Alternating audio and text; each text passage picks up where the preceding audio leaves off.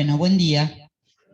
Yo quería hacer un pequeño resumen de solo un par de temas, 2 o 3 o 4 temas centrales, obviamente que los temas son mucho más, y alguna actualización en relación a las cosas que se desarrollaron en este periodo del año y aquellas que están por delante, y algunos análisis respecto de algunas cuestiones del año anterior.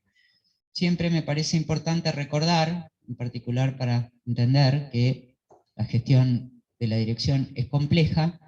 Hay 19 departamentos con todos sus servicios, secciones y demás, que debieran erradicar el no me reciben, sino que esta es la orquesta que suena.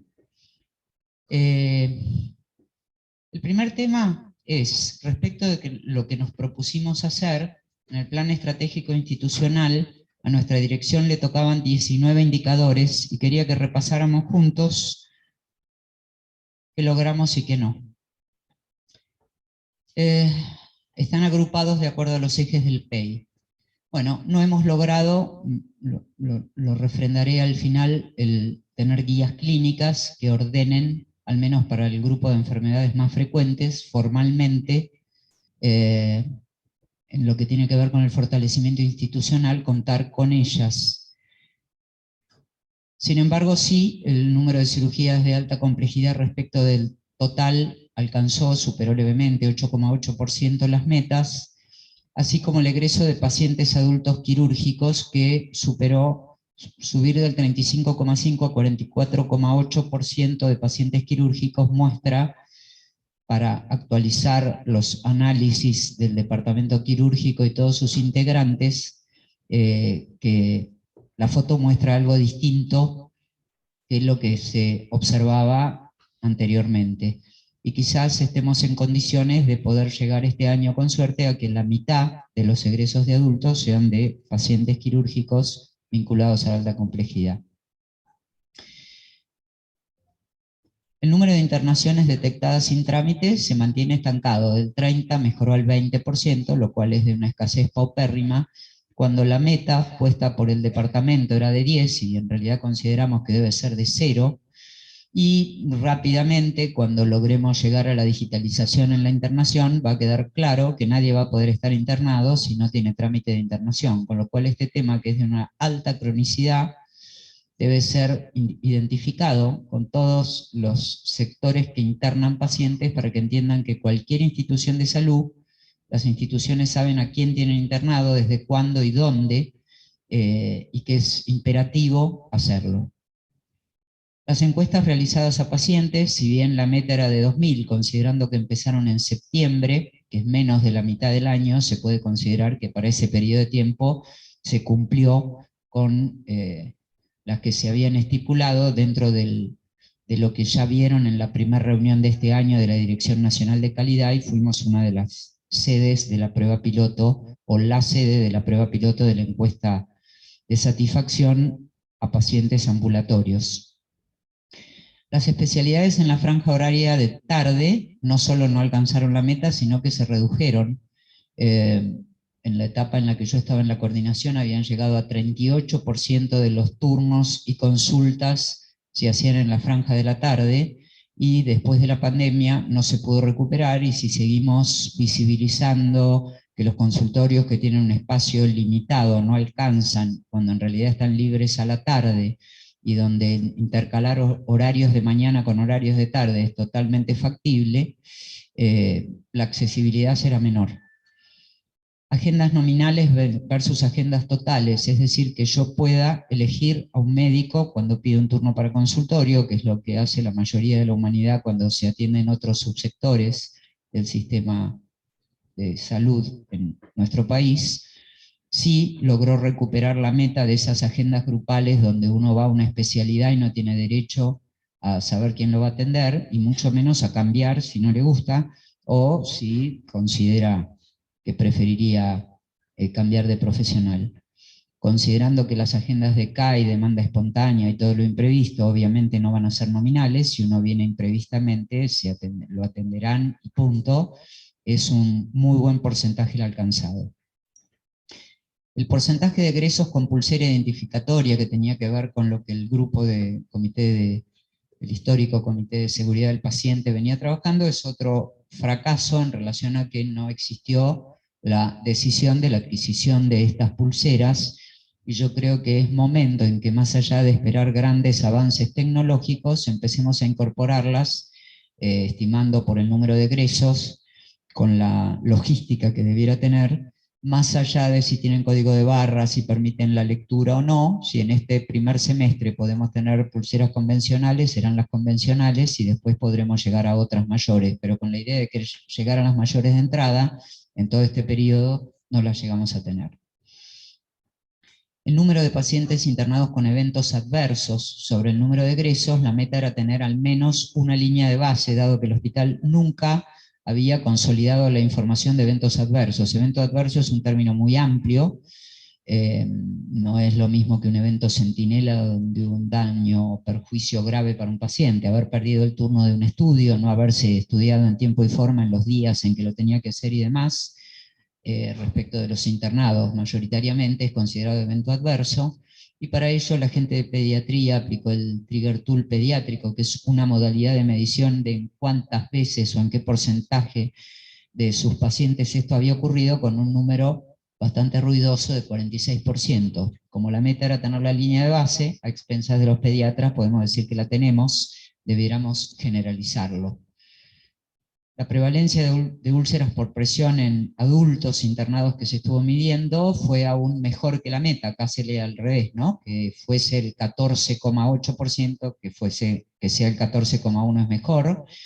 Este indicador es mucho más complejo, dado que en realidad se debe analizar de todos los que estaban en riesgo de tener úlceras por presión, cuántos la tuvieran, porcentaje que ronda el 40%, pero para poder compararlo con otras instituciones lo abocamos al porcentaje que lo tuvo entre los internados y nos da este indicador.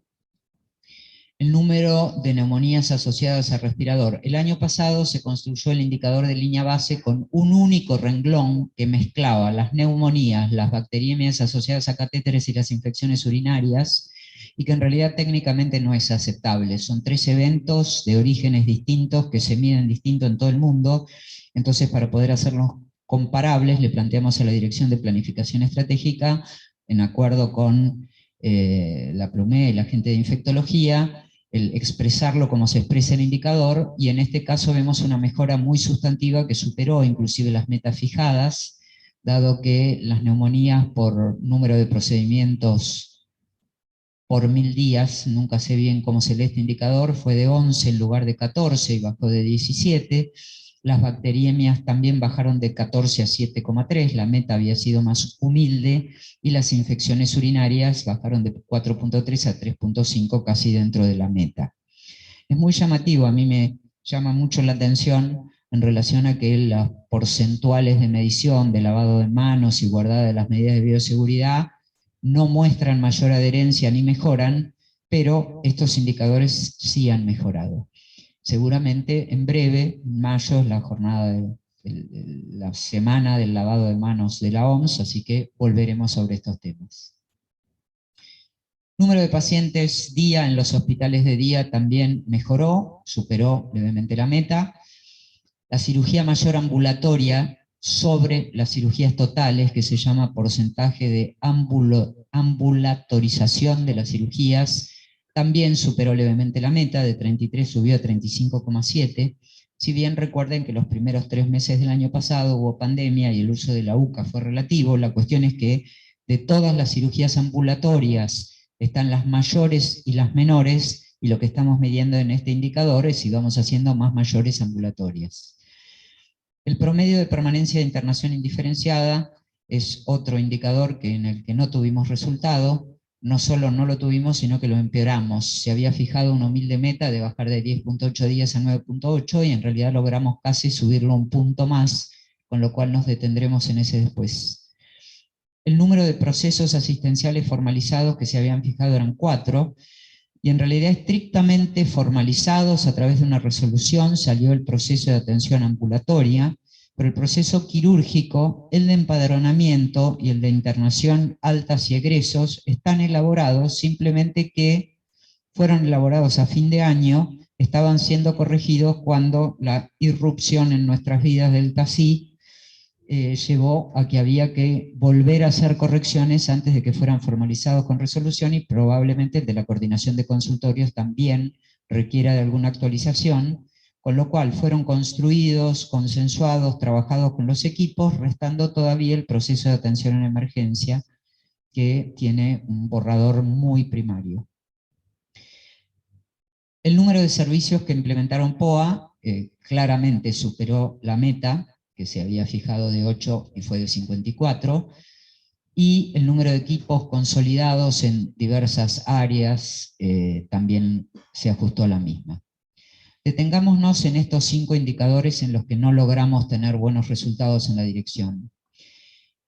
El promedio de permanencia de internación indiferenciada, además de lo que le previene de los riesgos de estar internado cualquier paciente si está los días que debe estar y no días de más, dispone de que esta cama le pueda servir a otra persona, con lo cual tener a una persona internada más días de lo que debe estar claramente disminuye la accesibilidad a la cama. Tener consultorios en una franja horaria muy acotada y no incrementar el porcentaje previsto en el turno tarde también disminuye la accesibilidad a la consulta ambulatoria. La accesibilidad no solo es geográfica, económica, etcétera, sino que el lugar tiene que estar abierto, la cama tiene que estar disponible. Respecto de la franja horaria del turno tarde, si el hospital pudo llegar a 38% en el turno tarde, quiere decir que tiene que poder llegar a una meta más baja que se fijó, que es del 30%. ¿Y qué se necesita para eso? Se necesita que cada jefe de servicio que tiene equipos de gente trabajando en ambulatorio pueda sentarse a consensuar que una persona puede venir una cantidad de días a la mañana y otras a la tarde, en todo lo que es consulta programada hablamos, que permita ir avanzando en ese sentido. Pero es probable que si los jefes del servicio no lo priorizan en sus reuniones y conversaciones, planificaciones y monitoreos con sus planteles, mágicamente no va a ocurrir. Además, siempre hago la publicidad de que atender en este hospital a la tarde es el paraíso al lado de atender a la mañana. Pero existen los mitos, el pluriempleo, las causas múltiples por las cuales este tema no ha permitido llegar a aquello para lo cual el hospital hizo este edificio. Es el análisis desde la perspectiva en que yo la hago y que claramente imposibilita a las personas que trabajan a la mañana irse a atender a la tarde. La permanencia en internación indiferenciada, que básicamente se refiere al tema de adultos y tiene mucho más eje en las camas clínicas que en las quirúrgicas, es otro problema que debemos analizar. Desgranamos en estos 3 años reiteradas veces los causales de internaciones prolongadas. Que la ecografía, si no era a las 10 de la mañana, no se hacía, está resuelto hace un par de años. Que el ecodoppler, si no eran las 24 o 48 horas, el tipo se quedaba una semana. Que si la tomografía y la resonancia tenían un turno programado, se hace dentro de las 24 o 48 horas de la internación. Y así con múltiples obstáculos que fueron apareciendo. Se agregó recientemente las angiografías, las hemodinamias vasculares periféricas en relación a la multiplicidad de servicios que están usando el angiógrafo a la mañana, y se planteó que la incorporación que probablemente ocurra este mes de la guardia de sábado y domingo va a permitir tener más turnos para hacer angiografías programadas en la semana, y además de que hay que reservar, además de para la coronaria, algunos turnos protegidos para angiografías hemodinamias vasculares en los internados. Esos temas en general ameritan un diagnóstico que es casi como atender a un paciente, identificar a dónde están los obstáculos y hacer una intervención que los corrija. Se van haciendo intervenciones que los corrijan, pero el indicador empeora. Así que esto obliga a que la gente que está gestionando las camas directamente, no gestionando las camas, atendiendo a los pacientes en las camas en proceso asistencial diario, revise lo que está sucediendo, porque la meta se la fijaron ustedes mismos, es factible y fue parte de un indicador promedio del hospital un tiempo atrás. El número de especialidades con guías clínicas habla de nosotros. Todos tienen en algún lado el cuadernito Gloria, el Excel del año pasado, el Word, el qué sé yo, el consenso último, pero parece que tenemos una gran dificultad en decir que el Hospital Posadas atiende de acuerdo a estas guías clínicas. La Dirección Nacional de Calidad, en la presentación que hizo anteriormente, habló de los cursos para la elaboración de estas guías clínicas y para que tengan un contenido común. La Dirección de Procesos Asistenciales y Calidad se está poniendo a trabajar junto con la Unidad de Auditoría Interna, que devuelve a los servicios en sus auditorías que no tienen manuales de procedimientos, criterios comunes en base a la bibliografía de estos cursos de elaboración de guías clínicas que facilitó la Dirección Nacional, para poder hacer un modelo que estará probablemente en las primeras semanas de mayo a distribuir en los servicios, para que muchos de ustedes que deben tener guías clínicas las vuelquen con esa lógica a este formato que propone el Ministerio y que guarda los requisitos de ser una guía asistencial que permita decir que hay procedimientos, además de los procesos de cómo se interna, cómo se hace la interconsulta, cómo se hace un pase y cómo se va de alta. Hay guías clínicas de procedimientos, por lo menos para la atención de las 5 enfermedades o grupos de enfermedades más frecuentes de cada especialidad. Así que espero que para septiembre u octubre tengamos un primer volumen de un manual de guías clínicas del Hospital Posadas.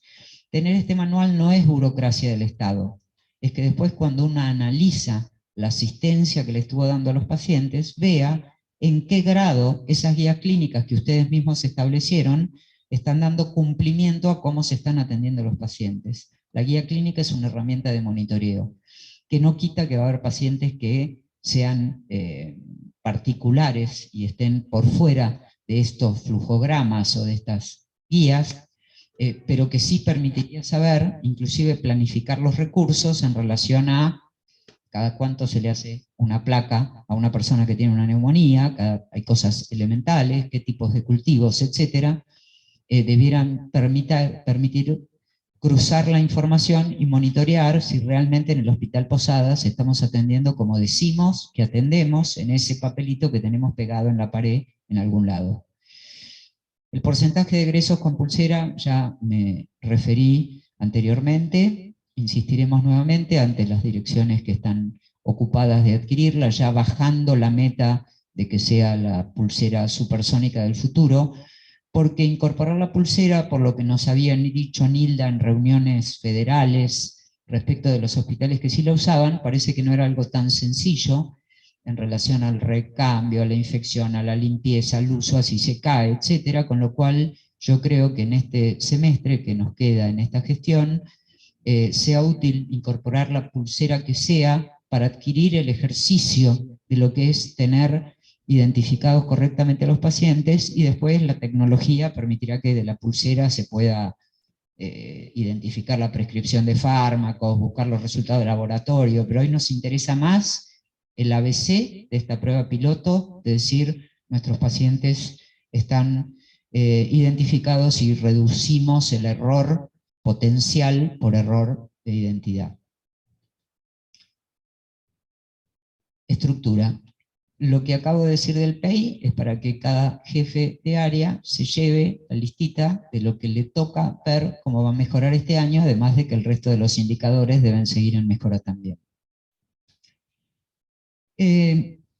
Para tratar de mostrarles nada más que una rápida foto panorámica de qué ocurrió con la estructura. Recuerden que la estructura vigente de este hospital es del año 1992, obsoleta si las hay, con múltiples parches, arreglos y modificaciones, algunas más regulares, otras más irregulares y otras de entrecasa. Y más allá de lo que a mí en lo personal me costó desistir de mi idea de que al hospital había que darlo vuelta como una media y plantear una estructura mucho más revolucionaria por grandes departamentos de alta complejidad, sí creo que no habiendo posibilidades de ello ahora, ni quórum, al menos hay que dejar una estructura lo más aproximada a la organización asistencial real que tenemos, que empuje a la mejora, que empuje a que se desarrollen áreas de alta complejidad y que ordene el funcionamiento de los servicios.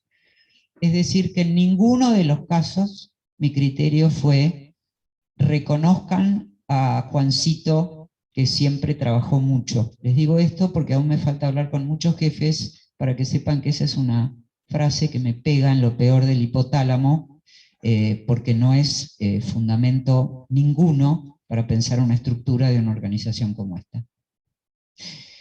En ese verde amarillento, ya no sé de qué color lo pinté, están todos aquellos departamentos que fueron reanalizados, reestructurados. En algunos casos implica reformular, cambiar el nombre, redistribuir, y en otros implicó crear y tener nuevas funciones jerarquizadas: perinatal, cuidados críticos, la gestión ambulatoria, la gestión de internación, los procesos asistenciales, la atención centrada en las personas, y infectología y medicina preventiva.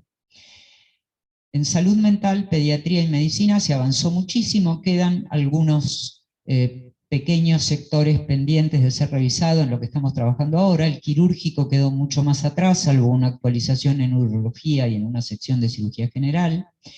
Y después se agrupan dos grupos: trabajo social, la coordinación de quirófanos, emergencia y sistemas de información, y los 4 departamentos de enfermería como pendientes.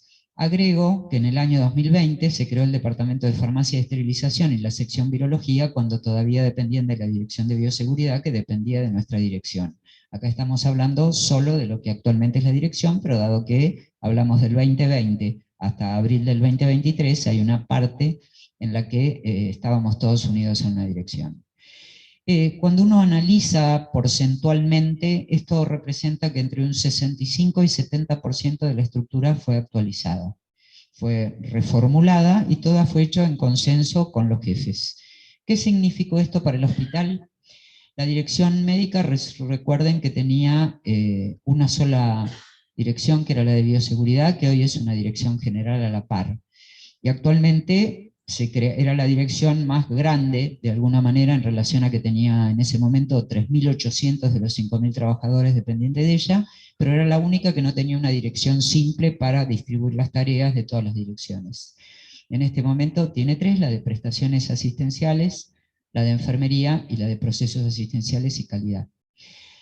Entre departamentos y coordinaciones, servicios, secciones y supervisiones profesionales fueron creadas o reformuladas en la estructura 77 funciones jerárquicas. Esto presupuestariamente al hospital le significó 59 nuevas funciones jerárquicas. Explico con algún ejemplo.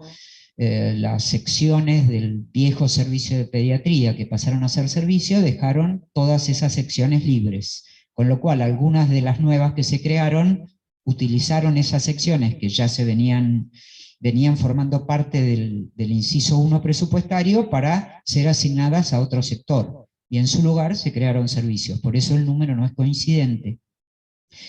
Piensen ustedes que cuando se define modificar la estructura, esta dirección la ha trabajado con la modalidad de revisar estructuras de otras instituciones que tengan alguna similitud en complejidad con este hospital, hacer un análisis de cómo se organizan hoy las distintas subespecialidades de un área, reunirnos con los jefes con ese conocimiento previo para discutir, hablar con ellos, aprender de aquello que no terminamos de entender, por qué aparece de determinada manera.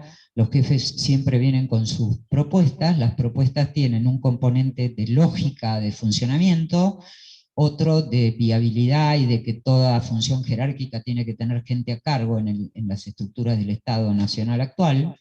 Hay muy pocas asignadas a tareas transversales exclusivamente, y que tiene que haber una capacidad presupuestaria para poder concretarlas, dado que si no, son nubes que se van.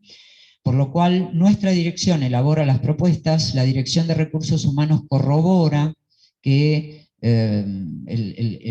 la incorporación de secciones o de servicios o de departamentos y el cambio de funciones jerárquicas es la que nosotros decimos, dado que hubo tantos cambios de estructura que es muy difícil saber qué fue legal, qué fue no, qué está vigente y qué no. Y la Dirección de Administración y Finanzas dice: hay dinero, hay capacidad presupuestaria, no la hay. Con esos 3 vistos buenos, se escribe la fundamentación y las nuevas misiones y funciones de estas nuevas funciones jerárquicas, y la dirección ejecutiva pasa nuevamente por recursos humanos, administración y finanzas, ya a través de GDI de manera formal, por la dirección de jurídicos, hasta que el director ejecutivo dice, por disposición se creó. ¿En qué estamos trabajando en esta etapa? En las 2 áreas pendientes. La primera etapa, que es la que estamos concluyendo ahora, es la de estos 4 departamentos que habíamos nombrado: trabajo social, sistemas de información, emergencia y coordinación de quirófano, el departamento quirúrgico y algunos servicios puntuales que quedaban de medicina, pediatría y salud mental. Estamos terminando ya las reuniones que estamos teniendo con todos estos jefes de servicio para que recursos humanos lo evalúe, administración y finanzas también, y esperamos que a lo largo de mayo todo el trámite administrativo, si lo terminamos en tiempo y forma, circule. En cuanto ese trámite se echa a circular, vamos por la estructura más compleja, que es la de la dirección de enfermería, que logró desarrollarse en 4 departamentos y que tiene que definir sus servicios y secciones, y que tiene la mezcolanza que todos conocen de trabajadores que pertenecen al escalafón CINEP, otros a la 1133, y que a su vez tienen funciones heredadas de jefe de servicio, de sección, jefe de piso, supervisión, etcétera, que hay que revisar y enmarcar en una estructura moderna. Sin contar a la dirección de enfermería, las que estamos trabajando plantean la posibilidad de incorporar o reformular 14 servicios y 33 secciones, que presupuestariamente significan 13 servicios y 21 secciones, de acuerdo a las cuentas que sacamos nosotros y que, vuelvo a decir, tenemos que refrendar con la Dirección de Recursos Humanos. Esta foto, que me parecía importante que la vieran, tiene que ver con que algunos sienten que, bueno, ya finalmente les llegó el atravesar el karma de la estructura, otros que sienten a mí no me toca nunca, y que en realidad el hospital ha hecho casi, esta área ha trabajado casi el 65-70% y se compromete a en este periodo terminar lo que falta. Respecto del talento humano, veamos algunos temas de una foto compleja. Revisando el año 2022, en concreto esta dirección gestionó 200 ingresos. Hay una salvedad que hasta agosto aproximadamente gestionó también los de diagnóstico y tratamiento y farmacia y esterilización, que después pasaron a ser de la dependencia de la Dirección de Servicios Hospitalarios, con lo cual no está completo lo que se gestionó allí. Eso está solamente hasta agosto. Cuando vemos la proporción, vemos que en primer y tercer lugar está la gestión de ingresos de enfermería y de ayudantes de enfermería, el departamento quirúrgico con 31 contratos, el de medicina, administrativos, perinatal, pediatría, técnicos, que en su mayoría fueron de diagnóstico y tratamiento o de farmacia y esterilización. Profesionales son los que están como diagnóstico y tratamiento con esta salvedad temporal. La coordinación de consultorios con el COD, que era una nueva prestación, trabajo social, infectología, emergencias, cuidados críticos, la UJI y sistemas de información.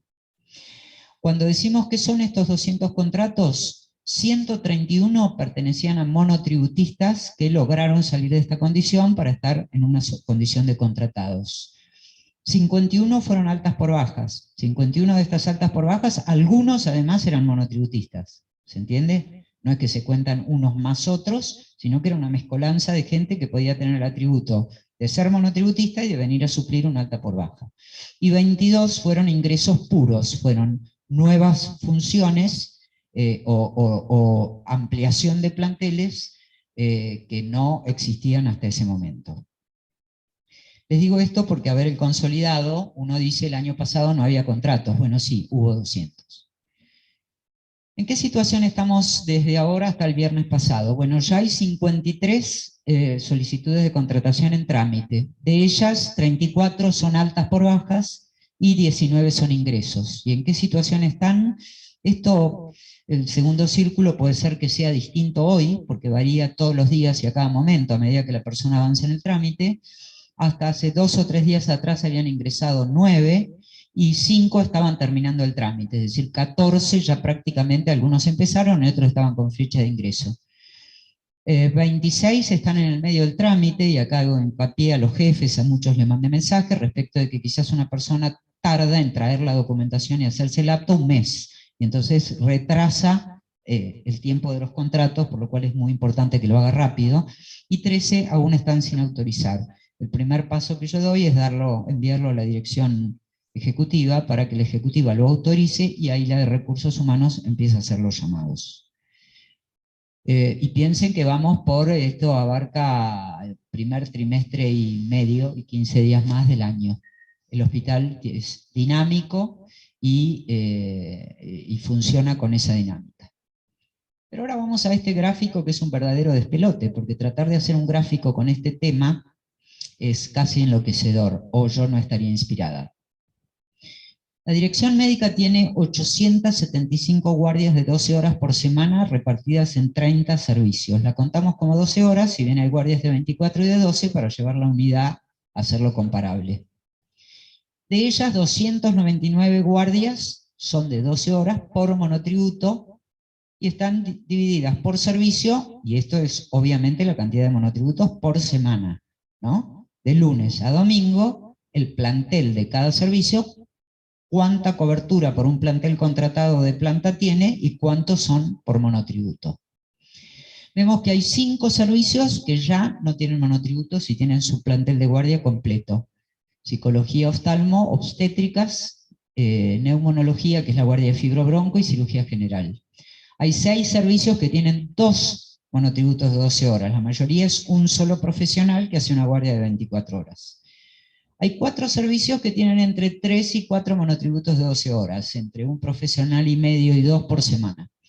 Hay 5 que tienen ya entre 6, 8 y 10, y a partir de las 10 o 12 monotributos semanales hasta 16 se acumulan servicios que ya tienen mayores problemas, hasta que llegamos a la culminación de los problemas con la terapia intensiva pediátrica, que tiene 23 guardias por monotributo en la semana, 50 la terapia intensiva de adultos, que corresponderían a 25 terapistas intensivos, y 71 la emergencia de adultos, y me interesa mucho mostrar este dato para que entiendan una parte de la problemática de la emergencia de adultos, por lo cual tenemos que sostener un funcionamiento en el medio de una adversidad completa, por lo cual hay cuestiones de las que no se pueden ocupar, porque aparte no todos estos monotributos son fijos en relación al que viene los lunes, al que viene los martes, sino que son cambiantes o hacen solo 2 guardias por mes, con lo cual para las otras 2 hay que buscar otros.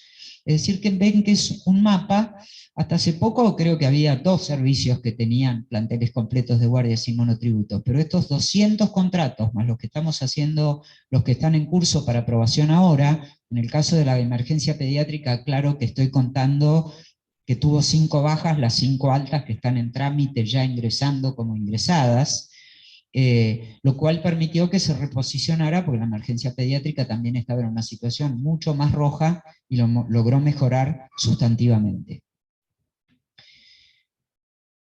¿Qué dice este gráfico? Este gráfico tiene los mismos 30 servicios que estaban horizontales, verticales, no me interesa leer particularmente, sino que monotributos de guardia son 299, y si finalmente Presidencia de la Nación, donde está en este momento el bendito expediente de la contratación de 37 extranjeros médicos, que ya bajaron a 35, viniera con un visto bueno favorable en breve, permitiría bajar estos monotributos a 248. Están pintados en amarillo los servicios que están a la espera de un contrato de un monotributo de que un monotributista extranjero pase a ser contratado. La casi totalidad de los servicios son profesionales de guardia, salvo 2. Creo que uno era medicina nuclear y el otro eran 3, oncohematología pediátrica, pero creo que ese iba a tener función de guardia, e inmunología de adultos. Todos los demás son servicios con función de guardia. Si yo resto y miro todos los contratos que me faltarían, entendiendo que si cuento guardias de monotributo, los servicios que hacen 24 horas de guardia, para 2 guardias es una sola persona, con 128 contratos tendría que haber planteles de guardia completos en todo el hospital sin monotributos. ¿Y los monotributos quiénes serían? Serían los monotributos de los reemplazos ocasionales, por licencias por vacaciones, por enfermedad, por embarazo, que el hospital toda la vida tuvo y va a tener, que es el reemplazante ocasional por un periodo más corto o más largo de un titular que por una causa legal no está pudiendo cumplir con esta función. Llamativamente, estos, analizados por Bachi para un mes difícil, que era a mitad de febrero a mitad de marzo, dado que todavía había cola de vacaciones, estas personas que eran los reemplazos ocasionales de un puesto que sí tenía un titular con contrato no fueron más de 40 por semana.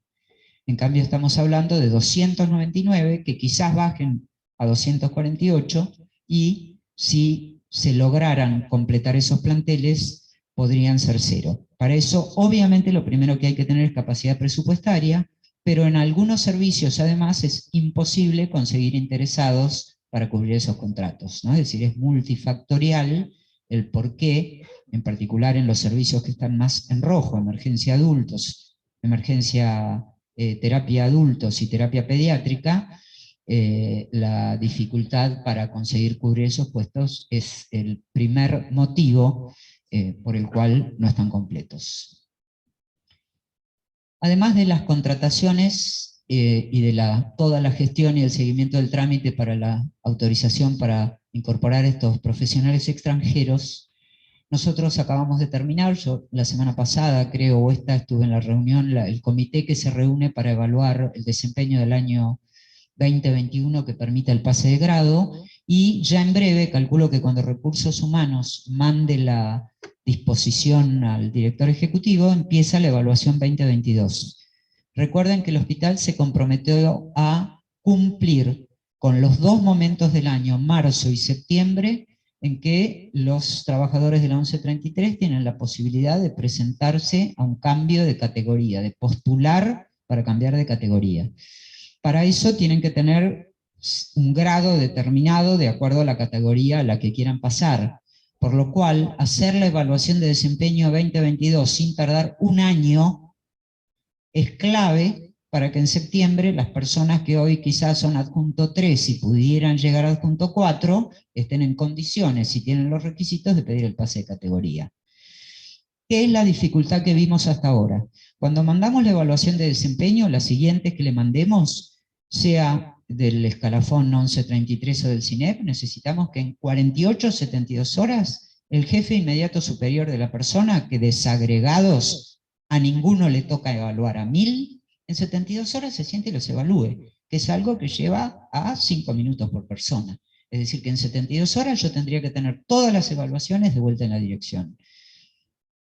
Allí, en la dirección o en recursos humanos, comienza el trámite por el cual se designa el comité, etc. Pero ¿cuál es el paso mortal? Que ojo, que viene ahora en la 2021 que acaba de terminar la reunión del comité con los gremios paritarios, etc. El trámite no termina hasta que cada trabajador se notifica de la evaluación de desempeño que recibió. El trámite no se cierra hasta que el trabajador se notifica. Notificar a los trabajadores de la evaluación de desempeño, que es por GDE, es como un embarazo de 12 meses. Es algo críptico. Y obstaculiza a que se pueda iniciar la evaluación del año siguiente. Con lo cual, les pedimos encarecidamente que entiendan esto para que nadie venga a decir que no pudo pasar de categoría porque no lo pasaron de grado, porque yo voy a ir a mirar la notificación y la evaluación y los tiempos que tardó, porque en mi dirección no tardan, llegan y se hacen. Hay tiempos para hacer esto y tienen que lograr que el 100% de los trabajadores se notifiquen. Este año, con respecto a la evaluación 2020, entre enero y febrero tuvimos que perseguir a 22 tipos entre la 1133 y el CINEP que no se habían notificado del 2020.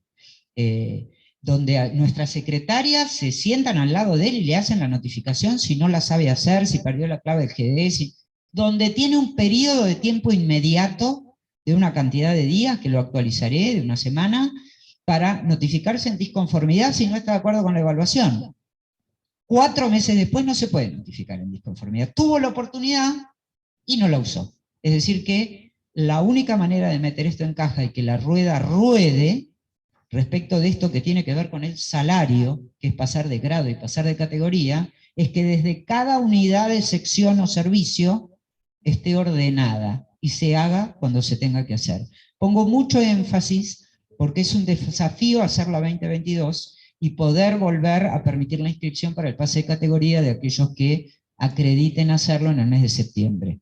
Ahora, si yo en el mes de septiembre tengo que estar corriendo gente que no se notificó, me voy a preguntar si lo tengo que hacer, porque la verdad es que no es mi función andar corriendo a la gente para que se notifique. Por eso lo recalco vehementemente.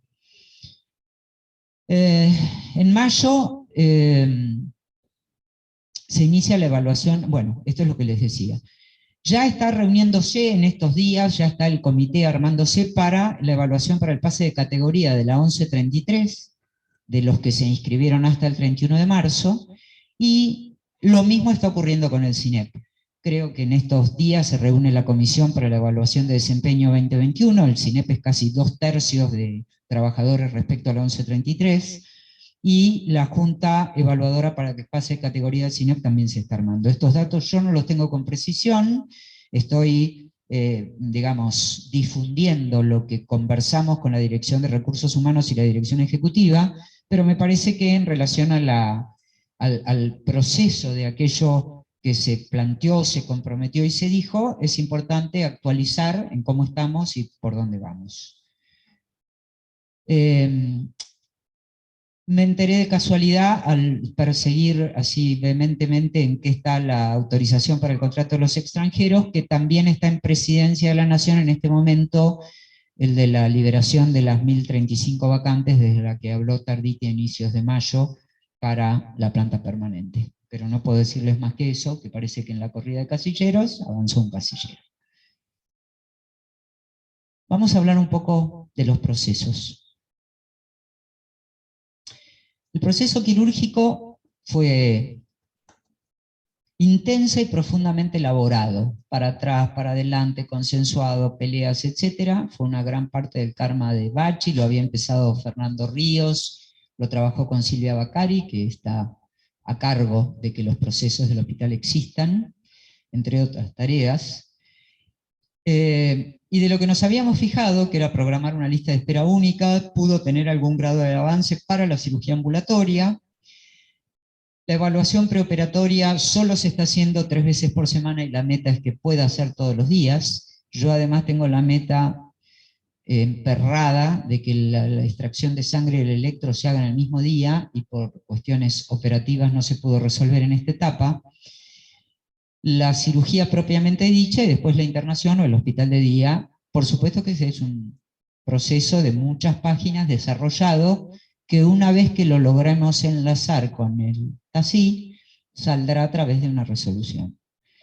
Bueno, esto es lo mismo respecto del preoperatorio, donde pasó de ser una consulta de 30 segundos en un AD de cardio, a ser una consulta de un clínico, eventualmente un cardiólogo y un anestesiólogo, programada, de la cual, si bien al principio los servicios quirúrgicos decían no, me retrasa, no me da tiempo, etcétera, ya están empezando a aparecer los servicios que dicen que esto les resolvió y mejoró la evaluación preoperatoria.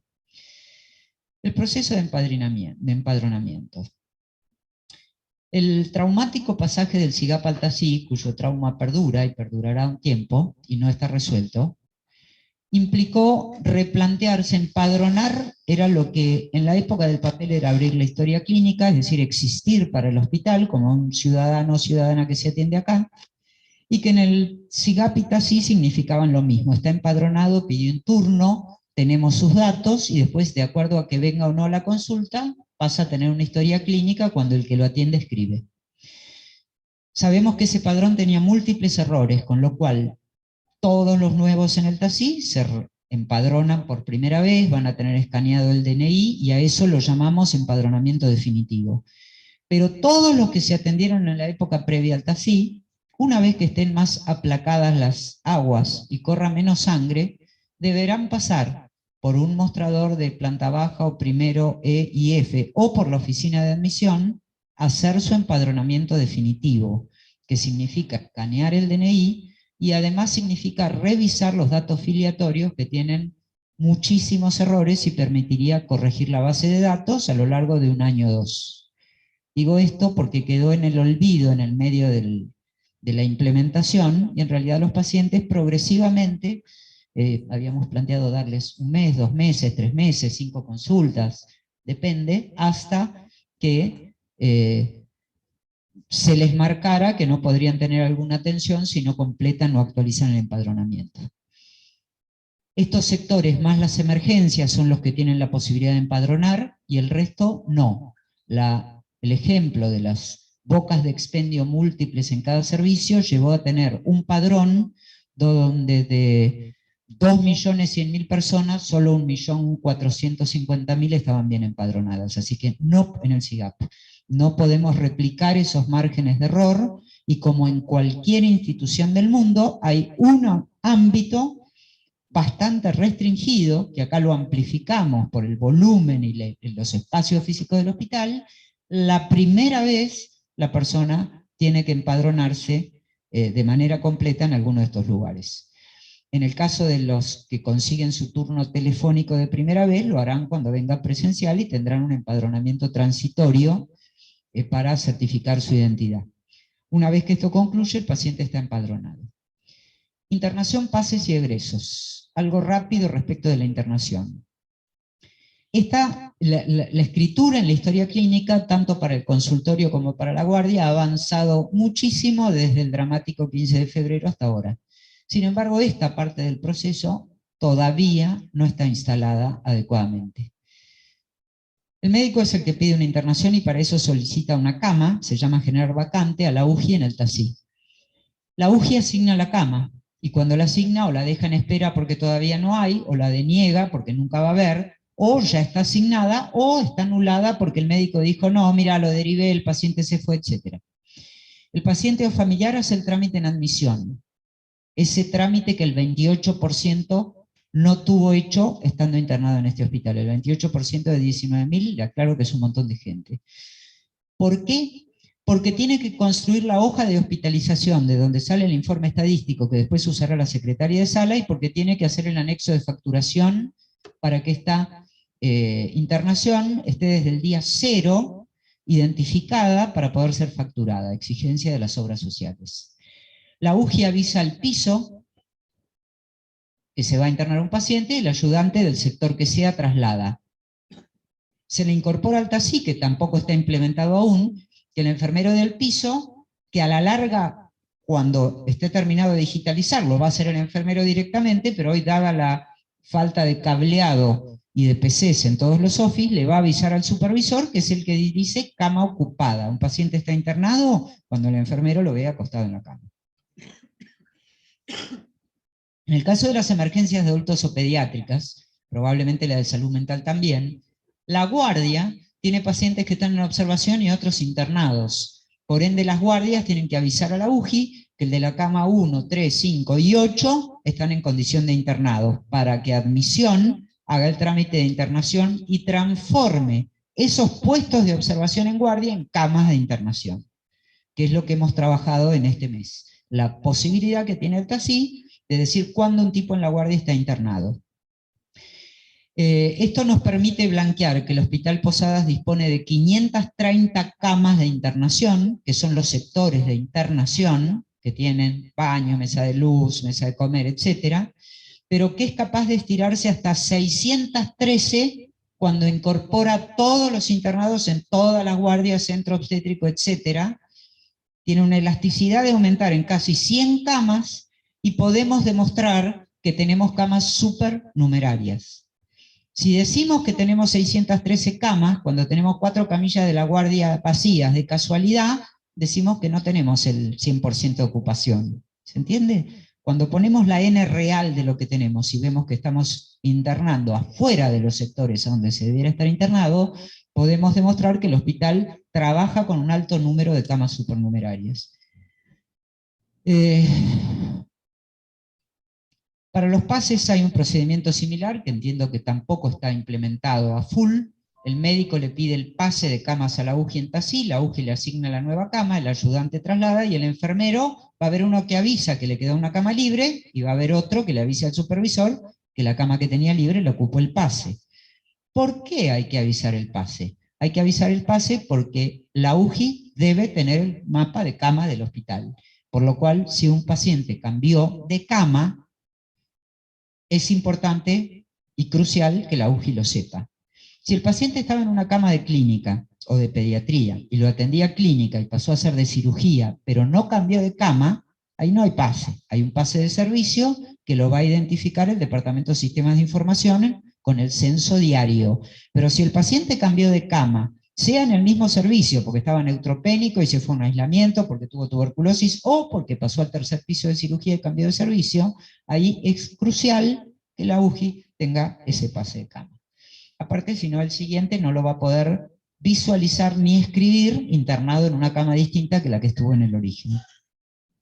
Con respecto al egreso, el médico elabora la epicrisis, informa el alta probable a la UJI, el familiar realiza el trámite de admisión, que también es indefectible, y solo acá es indefectible el de defunción, porque sí, si no, no hay manera, pero también es indefectible el de alta.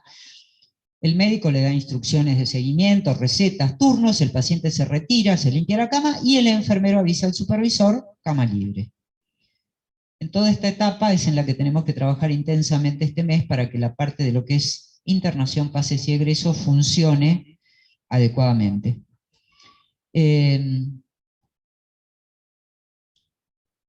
Yo en esta presentación elegí y decidí no explayarme más que en esto en relación al TASI, que amerita una reunión en sí misma.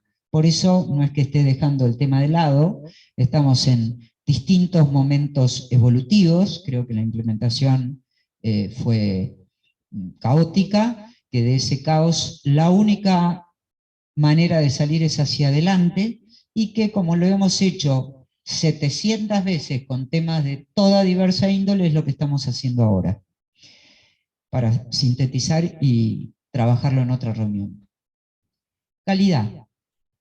Esta es una síntesis más que abreviada, dado que los grandes ejes estaban centrados en los indicadores del PEI, la estructura, la contratación y los pases de grado y categoría del recurso humano. Saben que hubo muchos cambios de jefatura de servicio, básicamente por jubilaciones, por lo cual la Dirección Nacional Ejecutiva, contra la presentación de proyectos y currículum, en algunos servicios hay un solo postulante, en los otros hay más, una defensa pública con los participantes que quieran estar, va sacando las designaciones. La Dirección de Procesos Asistenciales, además de la consultoría a los servicios para la elaboración y monitoreo del POA, ha estado trabajando en este tema. Los POA, los planes operativos anuales, son una herramienta, son un martillo. Hay gente que lo tiene con telarañas en el fondo de su casa, hay gente que lo usa, hay gente que lo usa para poner el clavo que mi marido evita que yo ponga en la pared y transforme un hueco en un cráter, y hay gente que lo usa para hacer una casa. Yo estoy convencida en lo personal, por haberlo usado muchos años en otros trabajos, que tener un plan operativo para el año e ir mirando periódicamente en qué estoy avanzando y en qué estoy trabado para hacer una intervención durante, no para llorar a fin de año, todo lo que no pude hacer, es una herramienta imprescindible en este hospital. Imprescindible. Y no interesa si pudieron hacer todas las cosas o pocas cosas. La mayoría de las veces ni se dan cuenta de las que pudieron o las que no pudieron hacer. Las que hicieron solo se ven cuando tienen un POA, porque uno rápidamente lo que hizo ya está. En cambio, la que no hizo es el karma que lo persigue. Y quizás de 5 hizo 3, pero visibiliza mucho más las 2. Eso forma parte del mecanismo psíquico de los seres humanos con la atracción a lo nefasto. Así que yo los invito, incito a que, además de haber hecho los POAs, que realmente los felicito porque fue una tarea nueva, engorrosa, titánica, hasta que todos le fueron encontrando la vuelta, porque es la segunda vez que muchos servicios lo hacen, que la usen, porque no es un cuadro como el diploma para tener colgado en la pared, es para usarlo y ver a qué velocidad estamos avanzando en relación a lo que nos propusimos, y para aprender a fijarnos metas mejores. A veces nos fijamos metas que son para 3 años en uno, y entonces aprendemos a fijarlas para que sean menos frustrantes y más realistas. Siguieron trabajando, y solo nombro algunos, todo lo que es el registro de úlceras por presión, vimos cómo logró mejorar el indicador, bueno, el Comité de Control de Infecciones, que nunca ha parado de hacerlo. Siguen en curso las capacitaciones de RCP y no hacer en lo que tiene que ver con seguridad. Se hizo la prueba piloto de registro de eventos adversos, que estamos en ese curso, y que también va a empujar al cambio de la medicina punitiva a analizar que existe el error en medicina y que identificarlo sirve para generar una intervención que evite que se repita si tiene una tendencia a lo reiterado, lo cual habla de una institución segura y con atención de calidad y a la que le importan las personas. Y además están trabajando en un relevamiento inicial de caídas. Recuerden los que hicieron el curso de la Dirección Nacional de Calidad el año pasado, que entre los indicadores de calidad hospitalario está el de caídas, que el hospital nunca lo trabajó y están haciendo un complicado relevamiento. La encuesta nacional de calidad de atención percibida está ya, además de estos 991 que van a ser encuestados, que van a ser motivo de una presentación en una de estas reuniones de los miércoles, trabajada por la Dirección de Procesos, pero también trabajada por Sistemas de Información. La Dirección Nacional de Calidad planificó o diseñó una encuesta que nosotros readecuamos global. Y a mí no me interesa global para el hospital. Esto sirve para operar si están más contentos los que se atienden acá en el Garrahan, en Tucumán o Mendoza. A mí me interesa de los que se atienden acá, si están más contentos los que se atienden en adultos o en pediatría o en el quirúrgico, y dentro de eso en qué servicios. Obviamente que con 570.000 consultas por año y 990 encuestas todavía no podemos decir nada, salvo que justo haya un servicio que tenga 40 encuestas, pero están tan distribuidos que algunos permiten atisbar una tendencia de lo que opina la gente de la atención, y en otros es simplemente para que se vayan incorporando. Estamos en la segunda etapa donde nosotros, además de la ambulatoria, cuyo modelo es ministerial, vamos a trabajar una de internación, lo cual, solo considerando nuestra hotelería, digamos que ya de por sí es osado, pero lo vamos a hacer. Además, trabajamos en conjunto con la oficina del paciente, lo que es relevamiento de sugerencias, quejas y agradecimiento de pacientes a través de distintas líneas de devolución, de llamado, de asignación de turnos, etc. Yo quiero nombrar acá, pero creo que también tiene que ser motivo de otra presentación los miércoles, esta nueva área, que también depende de la Dirección de Prestaciones Asistenciales, que es la de revinculación asistencial, que nació como el seguimiento telefónico del COVID, pero que una vez desaparecido el COVID, trabajó en 2022 5.415 revinculaciones de pacientes que debían volver a control por algún evento que se consideró de importancia, para subagruparlo, que podían ser consultas posalta de una internación precoz que no volvieron al consultorio posalta, que nunca vinieron al consultorio posalta, pacientes del CAI que se perdieron, pacientes que del DECOT fueron enviados al CAI y no vinieron, duelo perinatal, pacientes que posterior al duelo recibieron las consultas y les quedó un estudio genético que los advirtiera de futuros embarazos, entre otras causas, pacientes con sífilis que no completaron el tratamiento con BRL, pacientes de tuberculosis que interrumpieron, en fin, la lista es muy larga, trata distintos aspectos que fueron seleccionados desde esa dirección y en los que se está trabajando, y realmente el equipo de revinculación asistencial ha logrado reaproximar a muchas personas que quizás tenían una biopsia positiva de cáncer, que es otro eje, que no vinieron a retirar la biopsia, el médico no la vio y viene con un estadio terminal cuando en el medio podría haber recibido una intervención. Realmente me parece una estrategia de cuidado de las personas que debemos difundir más para que cuando a alguien se le perdió un enfermo, además del intento de la búsqueda propia, sepa a dónde ir a buscarlo, más allá de que obviamente que referencia y contrarreferencia será el bastión final para que el municipio lo vaya a buscar cuando todo haya fracasado. Estos también son pinceladas, donde yo me preocupaba entre lo posible, lo realista. Entonces estas son listas parciales, la palabra parcial parece que la escribí en blanco, pues no la veo. Y de ahí tenemos algunas novedades respecto del equipamiento. Respecto del equipamiento, ya entró el ecógrafo de patología mamaria, que hace muchos años que Stigliano pedía los gritos. Está con la orden de ya ha ingresado al borde de ser asignado un ecógrafo para quirófano que era pedido por distintos servicios quirúrgicos para ecografía intraoperatoria. Hay ya un ecógrafo nuevo funcionante en diagnóstico por imágenes. Hay un ecógrafo portátil potencialmente asignado a neoterapia pediátrica, no estoy muy al tanto exactamente, y otro que yo planteamos desde la dirección que fuera para que diagnóstico por imágenes haga ecografías al lado de la cama. Ecografía bedside en internación y resolvieron el tema de los traslados de pacientes.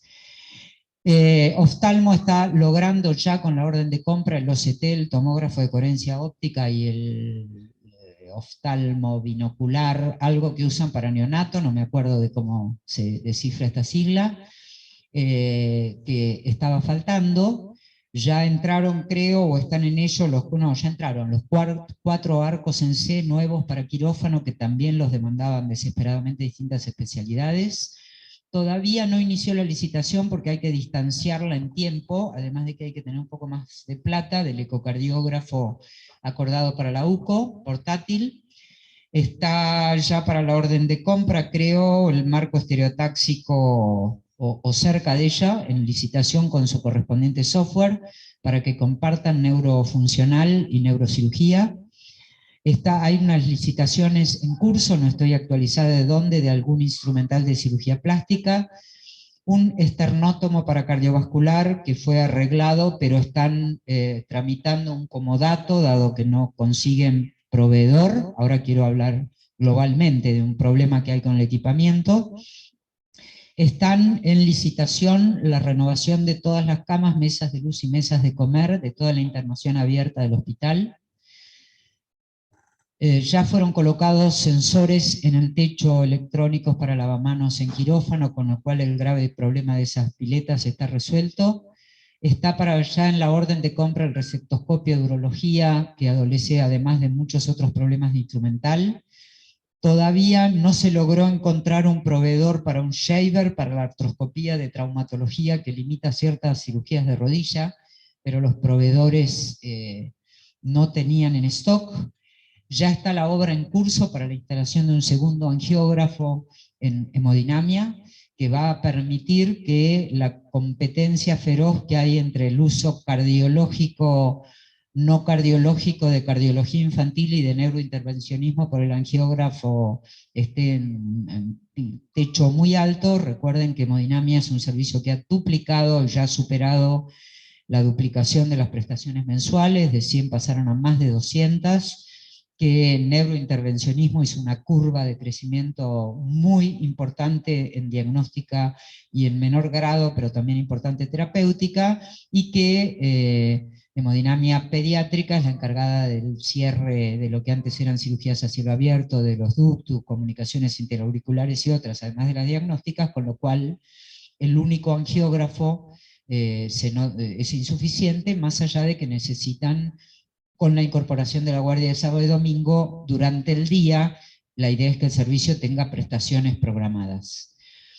Se ha comprado, y no sé en qué etapa está, un equipamiento para manometría digestiva, y con el láser de fibrobronco están en un plan de alquiler donde el hospital cobra las fibras, dado que el proveedor no tiene actualizado el ANMAT, con lo cual no se lo puede comprar y licitar. La lista es más larga, puse las más importantes, pero tenemos problemas graves este año para las compras.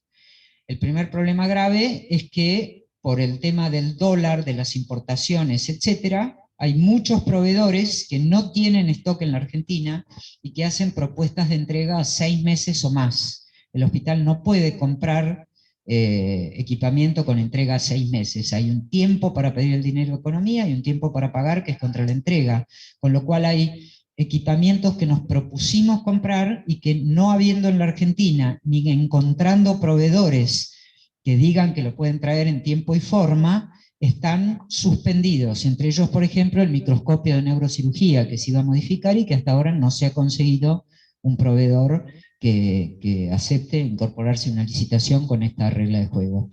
Si esto se destrabara, es la intención hacerlo en el momento en el que se destrabe.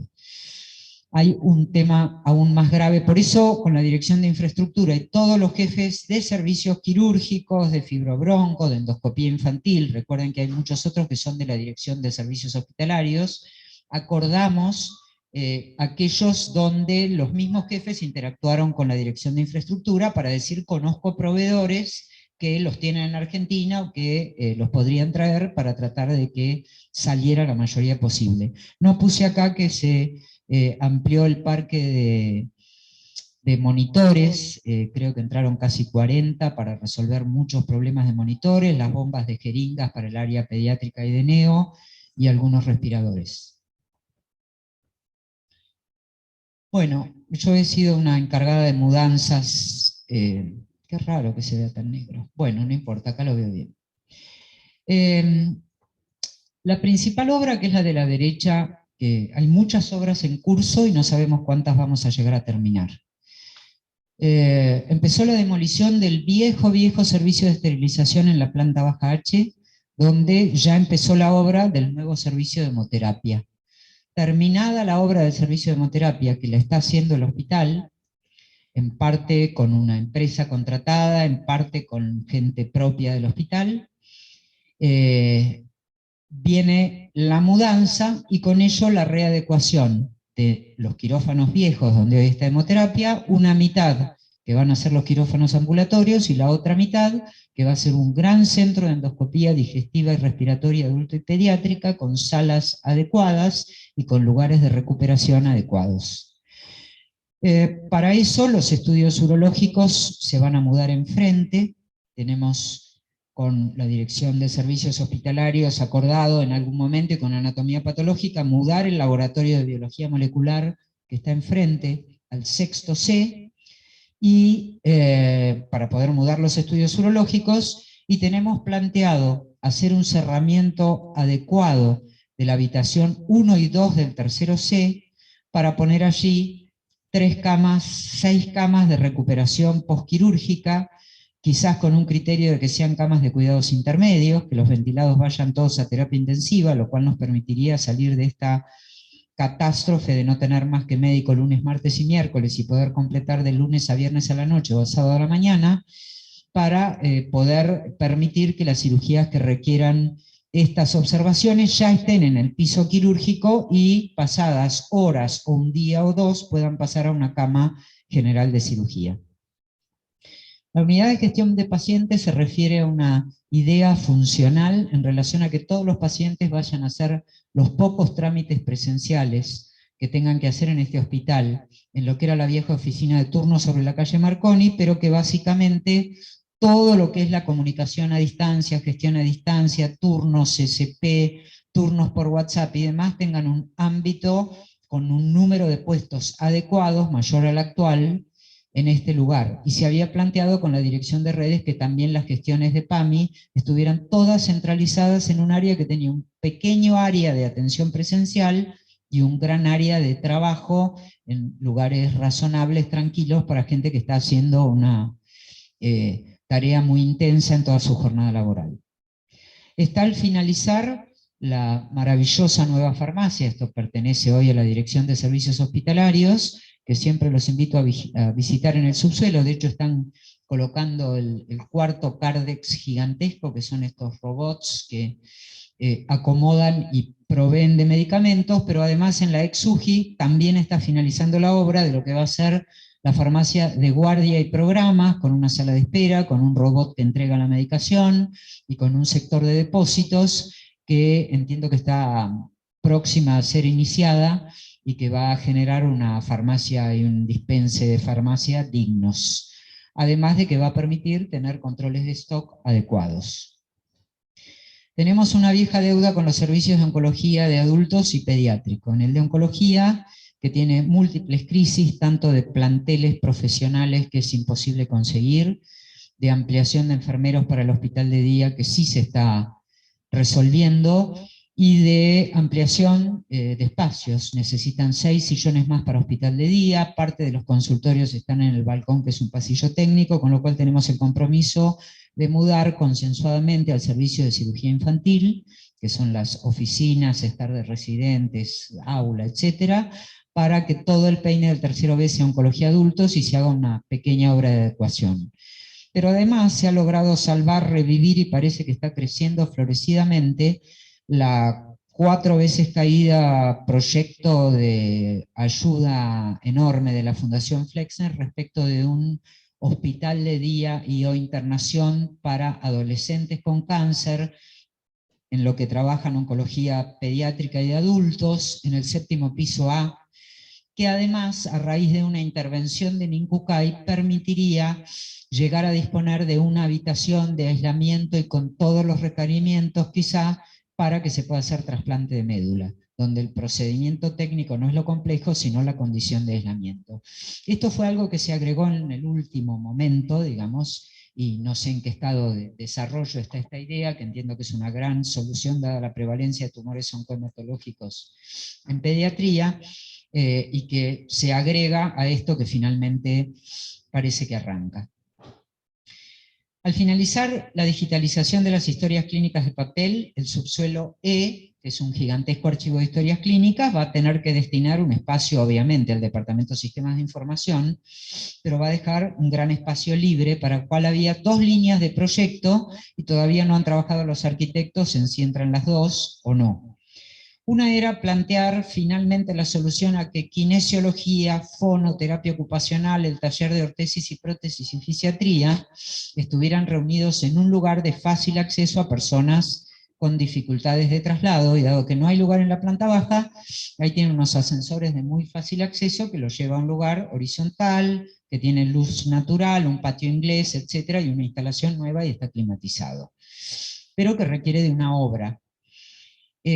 Otro de los planteos, y quizás puedan ser todos, es que el hospital de día clínico de adultos y de niños, el que los pediatras llaman polivalente, tienen instalaciones inadecuadas o insuficientes y podían ser trasladados con la lógica del hospital de clínicas pediátrico, básicamente, que es que no solo sean un lugar para pasar medicación ambulatoria, como lo usa mayoritariamente adultos, sino como un lugar para estudiar pacientes, donde los especialistas, como lo hacen en pediatría, van al hospital de día a ver pacientes programados citados a los que les tienen que interconsultar con otras especialidades y hacer pruebas funcionales, punciones, biopsias, etcétera, o instilar tratamientos.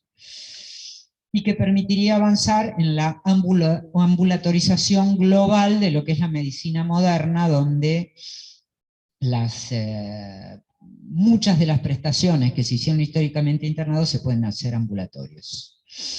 Yo puse acá en la lista, porque en realidad mi lista de enero de obras y mudanzas es mucho mayor, el centro obstétrico, que es otra enorme deuda pendiente, y la mudanza de oftalmología, para que oftalmología tenga un servicio digno y para que la terapia pediátrica se pueda extender. Los puse en 2 carteles sin nada, porque la verdad es que nuestro tiempo de gestión está en algún momento en cuenta regresiva, la capacidad presupuestaria es una, y se han agregado que existen algunas dificultades en recibir la cuota mensual que nos toca de ella, por lo cual siguen estando en mi lista, pero la verdad es que no puedo dar cuentas reales de si van a poder ser realizadas o no. Obviamente, esto se basa en acuerdos que tenemos con la Dirección de Infraestructura, pero es ella la que define si tiene capacidad presupuestaria y tiempo para llevarla adelante. Y si el espacio físico reúne los requisitos para poder hacerlo ahí. Repito algo de una presentación anterior. Estos son solo algunos temas de la dirección médica. Algunos como temas más explorados, otros como lista de almacenero. Para visualizar todos, siempre vemos la copa llena o la copa vacía. En realidad las 2 copas son una misma copa. Si uno piensa en la estructura, piensa que en el 2020, con el Departamento de Salud Mental, el Departamento de Farmacia y Esterilización, Virología, Neumonología, que dejó de ser sección de clínica en adultos, fueron un pucho. Entre el 2021 y 22, cuento como del año 22, las que salieron hace un mes o 2, pero que fueron trabajadas, salieron porque administrativamente tardaron el año anterior, y estoy segura y me comprometo, y tenemos el acuerdo con la Dirección Nacional Ejecutiva, la de Finanzas, la de Recursos Humanos, en poder completar una estructura más adecuada a estos tiempos y que haga más eficiente el hospital en lo que resta y en lo que la capacidad presupuestaria permite, que por lo menos sea salir de la estructura de 1992. Después las gestiones futuras tendrán la posibilidad, la estructura debe ser pensada como algo dinámico, esta no debe ser la estructura del 2050, es decir, esto es un puntapié para arrancar con un piso mucho más alto a las adecuaciones posteriores de los desarrollos que surjan. En el caso del PEI, en el 2021 fue escribirlo. En el 2022, 54 de 120 servicios hicieron su POA, pero este año lo hicieron 48 de 60. No puedo decir la precisión de si hay error o no en el número, pero sin duda se incorporaron mucho más a esta tarea, y yo les recomiendo, aconsejo, sugiero que cuando se acostumbran a hacerlo cada año les permite saber hacia dónde van y dónde se quedaron parados. Y después va a formar parte de la lógica, como cuando uno toma la guardia y ve cuántas camas libres y cuántas ocupadas, y quiénes son los más graves y quiénes los menos. Respecto de los procesos asistenciales, en el 2021 el vaso estaba vacío, en el 2022 el pionero fue la coordinación de consultorios escribiendo el proceso ambulatorio, y después quedó el TASI atravesando el quirúrgico y el de empadronamiento de internación, que llegaron a estar hechos, pero que ahora están siendo revisados para la adecuación, y el de emergencia que quedó para este año. ¿Para qué nos importan los procesos? De ninguna manera para que estén hechos y salgan por disposición. Eso es lo que menos nos importa. Lo que pasa es que para decir que los tenemos y son, el director ejecutivo tiene que decir: en el Posada se trabaja así. Si los procesos no sirven para que después la gente trabaje con esos circuitos que definen los procesos, y podamos medir todo lo que se salen del circuito, por lo cual en este hospital pasan cosas que no pasan ni en Marte, no sirven. Si eso no es una herramienta para que una persona sin hacer un curso en sánscrito sepa cómo se pide un turno, se accede a una consulta, o cómo se puede hacer un estudio, o cómo puede lograr que lo atienda la doctora Forclas y no otro, no sirve. El proceso es un ordenador de una institución genéticamente desordenada, con lo cual intuyo que para muchos de ustedes es contra natura. El proceso lo vamos a escribir para que en el tiempo que nos quede hagamos la prueba piloto de ver qué pasa si además se cumple. Es un ordenador. Yo creo que si pienso en un lugar que es un hecatombe donde va a ser un ordenador, es en el ámbito de lo quirúrgico, donde tenemos dificultades para programar una lista de cirugía, después para ponerlo en quirófano, después para sacarlo de quirófano, que son 3 o 4 pasos. La evaluación preoperatoria demostró que ordenaba. En esos 3 o 4 pasos, 10 servicios se pelean a muerte entre sí, y todos ponen el problema en el servicio de al lado o en algo que es ajeno a ellos. Ellos lo único que asumen es que tienen más pacientes que lo que pueden operar. El proceso tendría que decir: ahora vamos todos por este carril, y tendría que empezar a ordenar. ¿Va a resolver que tengamos más pacientes que demandan una cirugía que quirófanos? No lo va a resolver. Lo va a reducir. Se van a operar más personas si el quirófano funciona de manera ordenada. Además de eso, están en trámite de ingreso las instrumentadoras faltantes para que los 12 quirófanos funcionen a la tarde igual que a la mañana, con 2 de guardia, pero para que haya 10 y no 5 en el turno tarde, con lo cual debiera aumentar claramente la oferta quirúrgica en 25 quirófanos más por semana, que tendremos que llenarlo de pacientes operados. Por ende, la meta 2023 es que los procesos ya escritos estén difundidos, que la gente los conozca, que consulte en algún lugar: che, acá cómo se hacía, hasta que entienda que acá se hace así, no porque hace 40 años se hace así, porque hace 40 años, yo siempre me río, ¿no? Cuando yo les digo algo, me dicen eso era hace 40 años, pero cuando no quieren modificar algo, me dicen acá hace 40 años se hace así. Bueno, encontremos la lógica de cómo se debiera hacer hoy y después hagámoslo. Para eso hay que difundirlo y tiene que estar funcionando. Algunos desarrollos no estaban, y del 2022 al 2023 el COD llenó la copa. No encontré un signo que sea una espiral hacia el infinito, porque llenar la copa no quiere decir que tenga solucionados los problemas. Quiere decir que existe, está funcionando, tiene una producción determinada, y como lo dice la planificación estratégica, la realidad lo va a ir obligando a readecuar y a cambiar. La realidad de las epidemias, de los planteles que renuncian y se van, la realidad, porque ningún servicio creado tiene la garantía de que va a funcionar en punto muerto por el resto de las décadas. Me importa más el concepto que mostrar el vaso lleno. La evaluación preoperatoria le falta el escalón, que es que tiene que ser todos los días de la semana para las 19.000 cirugías, y además, ojalá sea viajando una sola vez al hospital, que es como lo hacen en los mejores lugares privados. Está casi terminada esta robotización de la farmacia, la digitalización del archivo de historias, acabo de hablar con el infraestructura, es el director, se va a terminar seguramente este año, y va a ser otro adenda altací, además de la historia SIGAP, agárrense.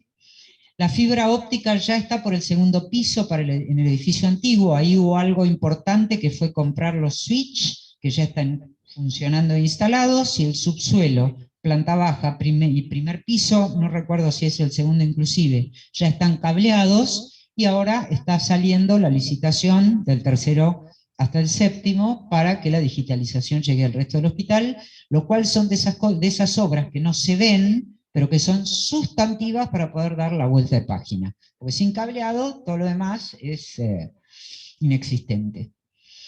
De la misma manera que, bueno, estos datos me equivoqué porque son del año pasado, se recambiaron las 12 mesas quirúrgicas donde te acuestan cuando te operan, los 4 laparoscopios, los lavamanos, etcétera, etcétera.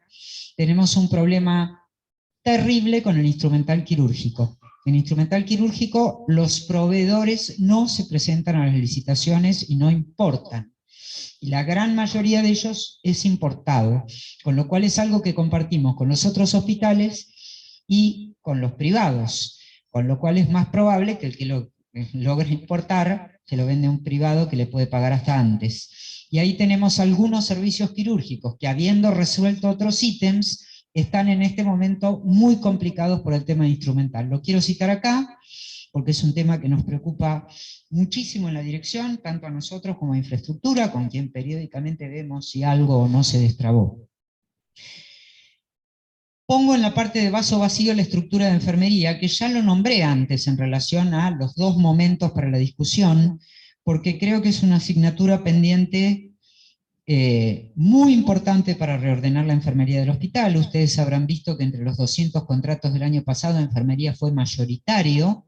Sin embargo, el discurso es que no hay enfermeros. Y enfermería necesita de un reordenamiento total. La estructura de enfermería va a ser mucho más compleja y ríspida en su discusión y replanteo que las demás. Y les aclaro que ustedes también son ríspidos en la discusión, no porque ustedes sean, los que no son de enfermería sean más fáciles, pero es imprescindible, creo yo, dejarla en un alto estado de avance, si no concluida, respecto a cómo se debe distribuir la organización de enfermería, pudiendo pensarla con un enorme componente técnico y de eficiencia en el funcionamiento del hospital, saben que es el corazón del funcionamiento de la atención de los pacientes en el hospital, y no pensarla desde la guerra civil, de si soy supervisor, ¿qué voy a hacer? Yo quiero ser jefe, piripipí, más todos los gremios metidos discutiendo en relación a los derechos de los trabajadores, y que salga un nuevo engendro. Porque si hay amenaza de que salga un nuevo engendro, yo voy a decir que la dejen como esté. Así que les pido a todos los que van a intervenir, o en forma directa, o en forma tangencial indirecta, o a los que van a preguntar qué pasa, que hay tanto revuelo en la enfermería, que tengamos la discusión más absolutamente adulta a cómo se organizan los servicios de enfermería en el mundo para dar, respetando la especificidad que tienen que tener los enfermeros. El enfermero de neo es de neo, el enfermero, bueno, habrá de consultorio, de determinadas áreas que son más multifunción, y habrá otros que tienen la misma especificidad que los profesionales, donde un neurocirujano no atiende neumonías. Y donde necesitamos que eso les permita crecer en la línea de capacitación de lo que tienen que saber para poder estar en esa área, que tiene que ser un requisito y que tiene que tener, para acompañar la alta complejidad, una distribución equitativa, razonable y técnica de las funciones jerárquicas. También cierro con una frase repetida, y el último renglón para todos los que tienen una función jerárquica o la están por tener en la nueva estructura, para que piensen bien si la quieren. El pesimista ve el vaso vacío, el optimista ve el lleno. Pero el que gestiona va y busca agua para llenar el vaso. Es decir, que las distintas perspectivas siempre sirven para ampliar la visión panorámica, pero después hay que ir y hacer. Y realmente hay que ir y hacer, si no, los problemas quedan como están. Bueno, les agradezco.